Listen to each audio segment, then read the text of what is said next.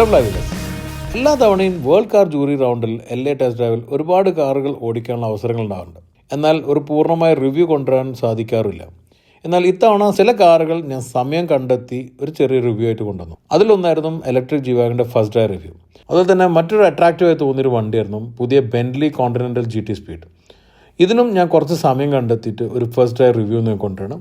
ഒറ്റയ്ക്ക് ചെയ്തിട്ടുള്ള റിവ്യൂ ആണ്, അതിനായ പോരായ്മകളുണ്ടാവും. എന്നാലും ചെറിയൊരു എക്സ്പീരിയൻസ് ഷെയറിംഗ് ആണ്. All my flyvers, welcome to Flywheel and enjoy the all new Bentley Continental GT speed.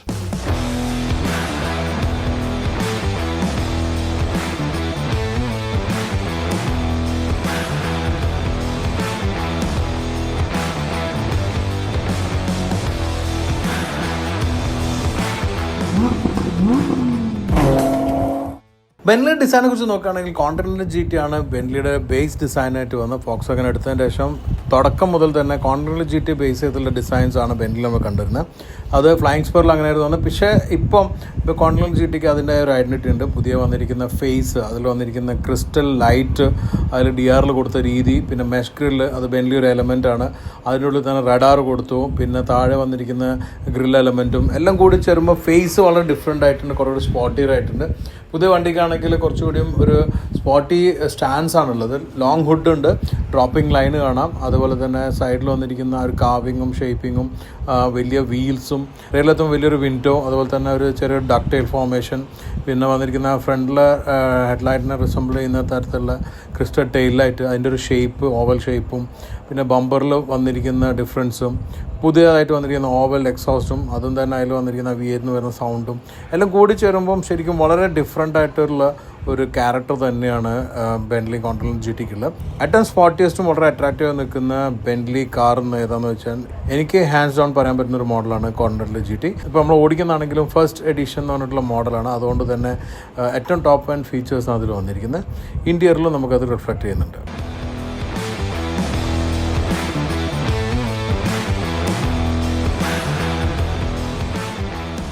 Interior like this. So interior കാണുമ്പോൾ തന്നെ നമുക്ക് മനസ്സിലാക്കിയ ഒരു ബെന്റ്ലി എലമെന്റ് ഉണ്ട്.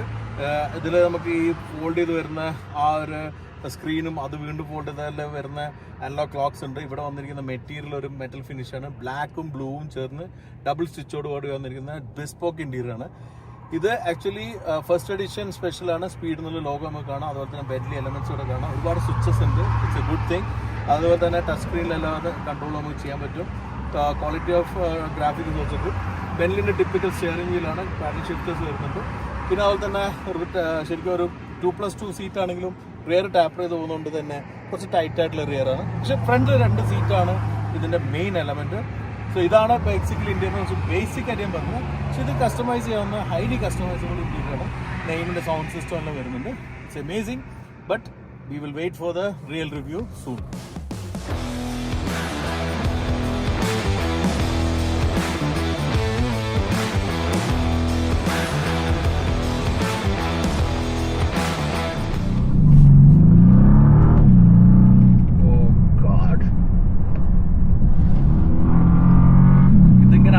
ഓടിക്കാൻ എന്താ രസം അറിയോ.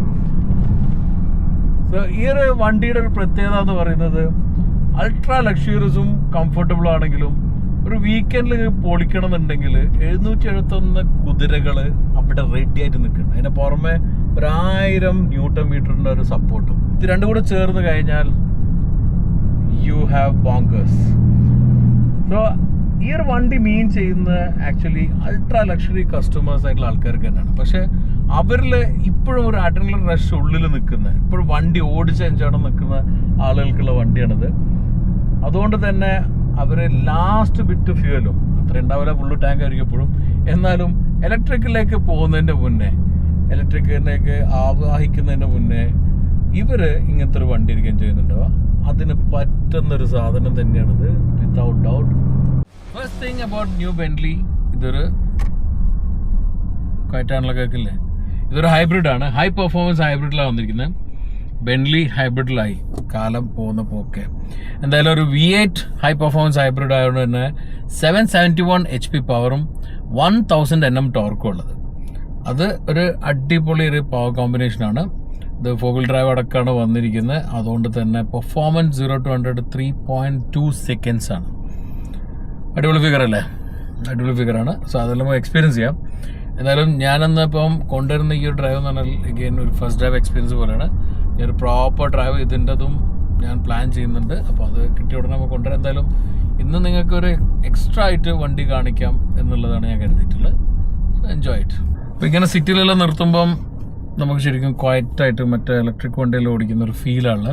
കാരണം ഇത്രയും നേരം ഞാൻ പവർ കൊടുക്കാത്തപ്പോൾ എല്ലാം തന്നെ ഇലക്ട്രിക്കൽ മോഡൽ EV മോഡലാണ്. പക്ഷെ നമുക്ക് മാറ്റാം. സ്പോർട്ടും കംഫർട്ടും അതുപോലെ തന്നെ കസ്റ്റം മോഡലിൽ ഇട്ട് കഴിഞ്ഞാൽ സ്പോർട്ടിലിട്ട് കഴിഞ്ഞാൽ എഞ്ചിൻ മാത്രമായി മാറും. പിന്നെ ബാക്കിയുള്ളതിലെല്ലാം നമ്മൾ കോൺഫിഗർ ചെയ്യുന്ന പോലെയാണ്. കൂടുതലും ഇലക്ട്രിക്കലായിരിക്കും സാധാരണ വണ്ടി സ്റ്റാർട്ട് ആവുകയും അതേപോലെ തന്നെ ചെറിയ ഡ്രൈവിൽ പോകുന്നുണ്ടാവുക. എക്സെപ്റ്റ് സ്പോർട്ട് മോഡ് മാത്രമാണ് ഫുള്ളി എഞ്ചിനിൽ വയ്ക്കുക.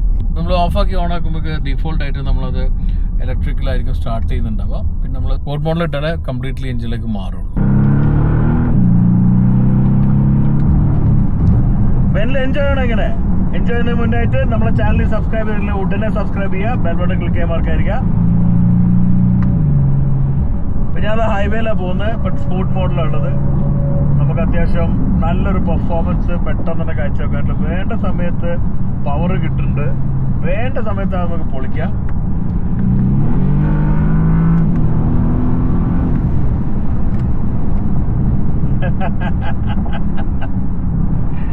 This is what you can enjoy when you are in a high performance V8 hybrid.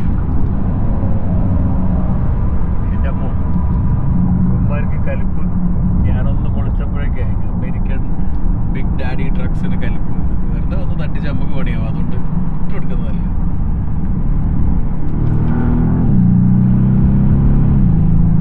So ബെൻലിന്റെ ഒരു പ്രത്യേകത നിങ്ങൾക്ക് അറിയാലോ, it's A highly customisable bespoke ചെയ്യാൻ പറ്റുന്ന ഒരു ബ്രാൻഡാണെങ്കിലും പെർഫോമൻസും അതേപോലെ തന്നെ ആ ഡ്രൈവബിലിറ്റിയും ഒരിക്കലും നഷ്ടപ്പെടുത്താത്ത ഒരു ബ്രാൻഡ് കൂടിയാണ്. അതാണ് നമ്മളിവിടെ ആസ്വദിക്കുന്നത്.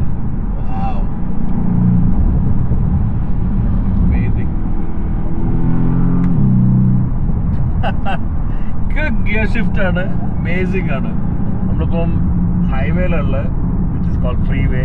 ഞാൻ പലപ്പോഴും എക്സ്പ്രസ് വേ, മോട്ടോർ വേ എല്ലാം എല്ലാം മീൻ ചെയ്യുന്നത് ഹൈവേയിലാണ്. നമ്മളിപ്പോൾ ഉള്ളത് ഇവിടെ ഫ്രീ വേയിലാണ്. ആൻഡ് നമ്മളിപ്പം എക്സിറ്റ് ചെയ്യും ആഞ്ചലസ് ക്രസ്റ്റിലേക്ക്. So will see the performance.